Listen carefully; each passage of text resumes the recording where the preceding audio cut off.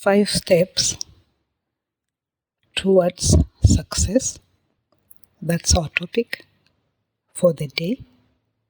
5 steps towards success. We are going to focus on Joseph, and we are deriving this content from the Holy Scriptures, Genesis chapter 37 to Genesis chapter 45. Genesis 37 introduces Joseph, the son of Jacob, a child from a wealthy home, and is the favorite son to the father, but is hated by his siblings. Genesis chapter 37, Joseph is sold by his brothers, and in Genesis chapter 39, he finds himself in Potiphar's household in Egypt, where he is now a slave boy. He's going to be serving Potiphar. Potiphar bought him as a slave. He'll be serving in that household. But what we learn of Joseph is that the first step towards success, we are learning from Joseph steadfastness. Steadfastness.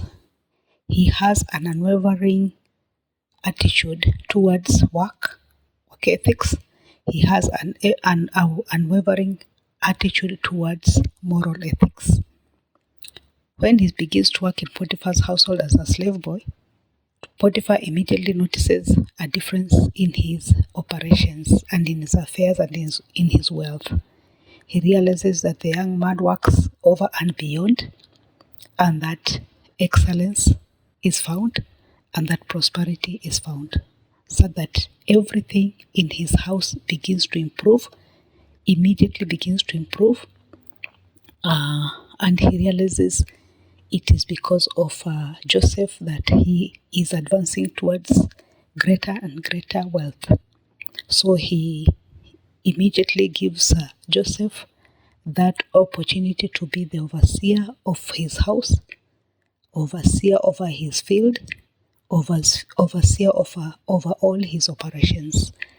In fact, the only thing he is doing for himself is the food that he eats.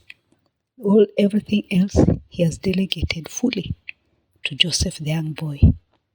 But then something goes wrong, and Potiphar's wife begins to have a way with she develops affection for the young man Joseph, and she starts to say that let us have a relationship. But Joseph says no. So we are saying steadfastness in work ethics. He works extra hard and produces excellent results. We are also saying steadfastness in moral values, because he resists the temptation to have an affair with Potiphar's wife, and he says no, and it is a firm no. And the firm no takes him to prison.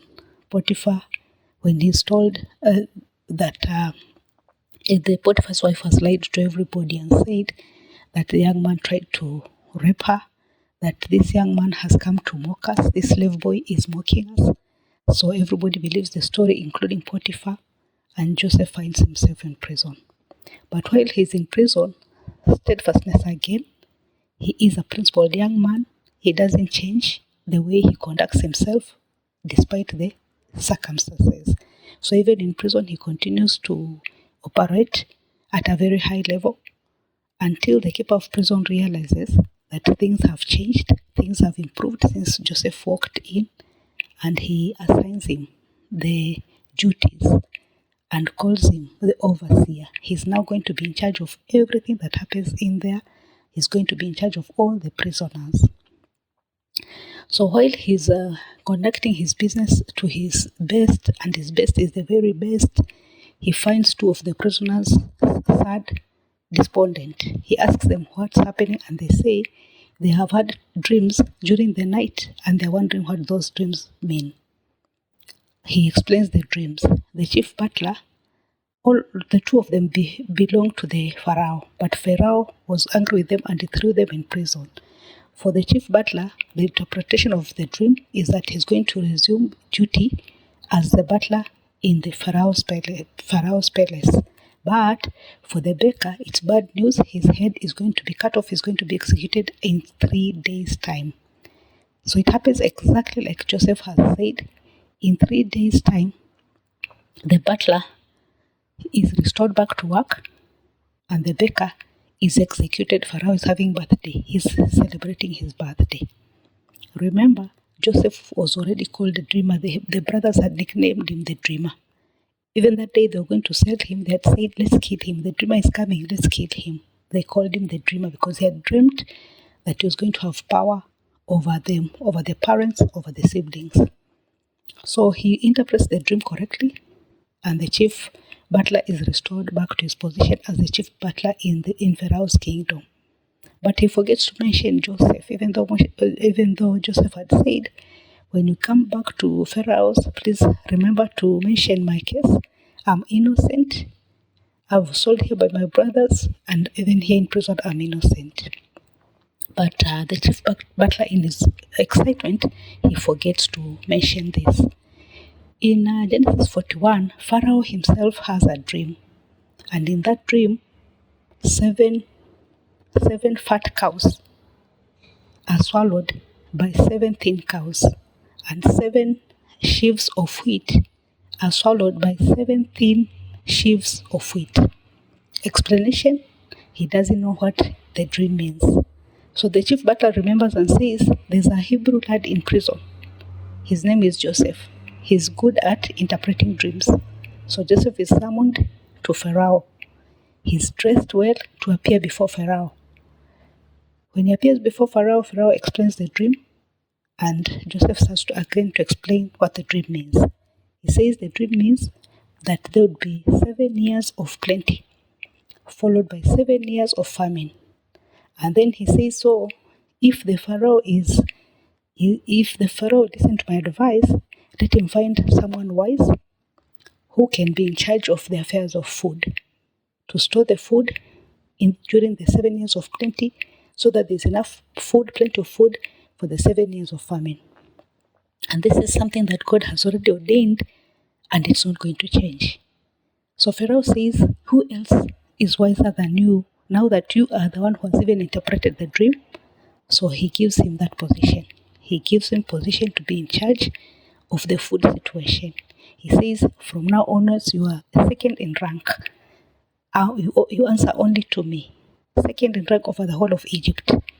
He gives him a royal robe. He puts a ring in his finger. He puts a golden chain around his neck. He puts him in his best chariot, the second chariot. And as he's riding on the second chariot, they say, bow your knee unto him. So he is, all of a sudden, his top is at the top. So steadfastness is the first step we have seen towards success. The second step we know is exemplary conduct. Exemplary conduct is when Joseph is able to say no to the temptation to have a relationship with Potiphar's wife. She's a beautiful woman. He's a handsome man. He could have rationalized and said, no one will ever know about it. We'll keep it a secret. But because he's already a principled young man, exemplary conduct, he's able to say no, and his no is a no. And it doesn't matter that the no leads him to prison. The third step, exemplary service. He works very hard in Potiphar's house. He works to the best, and his best is the very best, until he's appointed overseer over all the operations in the house and in the field. In the prison, again, he continues steadfast to work hard until he's assigned again overseer over all the operations of the prison, so that there was nothing done in prison that he was not a doer of it. Then step 4, sophisticated work ethics. He has a sophisticated style. He has a way of working in a sophisticated fashion. Remember, this is not a poor boy. He came from a rich home in Canaan. His father is a wealthy man. He's not poor. He has servants at home. They are servants. He's used to being the favorite son. But it doesn't stop him from working very hard. when he's in Potiphar's house and working very hard also while he's in prison. His sophisticated style in the way he conducts his duties makes Potiphar to say, I don't worry anymore. When Joseph is in charge, I don't worry about anything at all. The keeper of prison says the same, I don't worry at all. When Joseph is in charge, I don't worry about anything at all. Potiphar says, it's only the food I eat. That's the only thing I do. Everything else I have delegated fully to this young man because of his sophisticated lifestyle and of his sophisticated style of working. He is always given charge over operations. Choice. He makes up his mind that despite the circumstances, he is going to serve willingly. So he chooses to serve willingly. He could have been resentful, he could have been angry, he could have been sulking, but he chooses to serve willingly despite the setbacks in his life. So after what he has done, the reward comes. Pharaoh appoints him to be the second topmost man in Egypt, in charge of the food. And in the process, he marries a beautiful woman called Asenath, who's also from a noble family. Then he's able to bring his family over. In the subsequent chapters, we find that he's able to persuade the Pharaoh to have his brothers and his father to come and live with him in Egypt. Restoration. So the reward of his steadfastness, the reward of his exemplary conduct, the reward of his exemplary service, the reward of his choice, willing to serve with dedication, and his sophisticated lifestyle brings a reward. And the reward is that Pharaoh gives him power over everybody else in Egypt. Power. And then prosperity. Of course, definitely he's now a prosperous man. Then marriage. He's married to a beautiful woman called Asenath, and he gets 2 children, Ephraim and Manasseh. And he says, God has helped me to forget my troubles. And he's able to save the world from starvation because he's the one in charge of the food. In the 7 years of famine, even his own family come to buy food from him, saving the world and bringing back his family, joined back to his family, reunited with his father who had thought that his son was dead. So that is the reward of the steps that have led towards his success. The 5 steps. Step number 1, steadfastness in terms of work ethics and in terms of moral values. Step number 2, exemplary conduct. Step number 3, exemplary service. Step number 4, choice. And step number 5, sophisticated work ethics. So that's what we are learning today from Joseph, that even ourselves, as we yearn towards success, as we prepare ourselves for success, and as we struggle to find success, let us remember that our behavior will determine whether we're getting that success sooner rather than later. Remember again the element of time, that he is 30 years old when Pharaoh identifies him as the second topmost man in Egypt and gives him charge over the food issue and makes him a very superior man.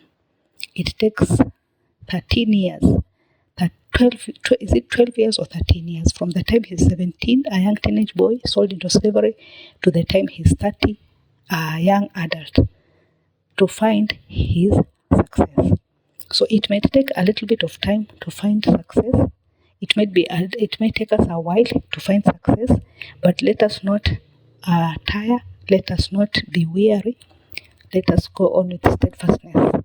Work ethics. How do we work? Do we work in an excellent way? Can we work without supervision? Moral ethics. How are our moral values? How are our principles? Do we say no to sin? Do we say no to sin, and are we firm about it? Exemplary conduct. How do we conduct ourselves? It doesn't matter whether there is a reward or not. How do we conduct ourselves? Exemplary service. How do we work? It doesn't matter whether there's a reward or not. He was a slave boy getting no wage. So it's not about the reward. The motivation should not be about the reward. The motivation should be about ourselves on the inside, deciding to be better than everybody around us, making a decision, choosing willingly to be better than everybody else around us, choosing to be strict with ourselves, to be disciplined with ourselves, a sophisticated work ethics, and a sophisticated lifestyle. How do we conduct ourselves? Do we conduct ourselves with decorum and with respect? Do we respect others? So that is my message for us for today, that as we strive towards success, let us endeavor to have steadfastness in our work ethics, in our moral values, to have exemplary conduct, to have exemplary service, to exercise choice, to choose willingly to serve, to choose willingly to work, and to have that sophisticated lifestyle that sets us apart from everybody else, that sets us apart. So thank you very much for listening to me. Kindly subscribe, share, comment, and like. And thank you very much. Bye-bye.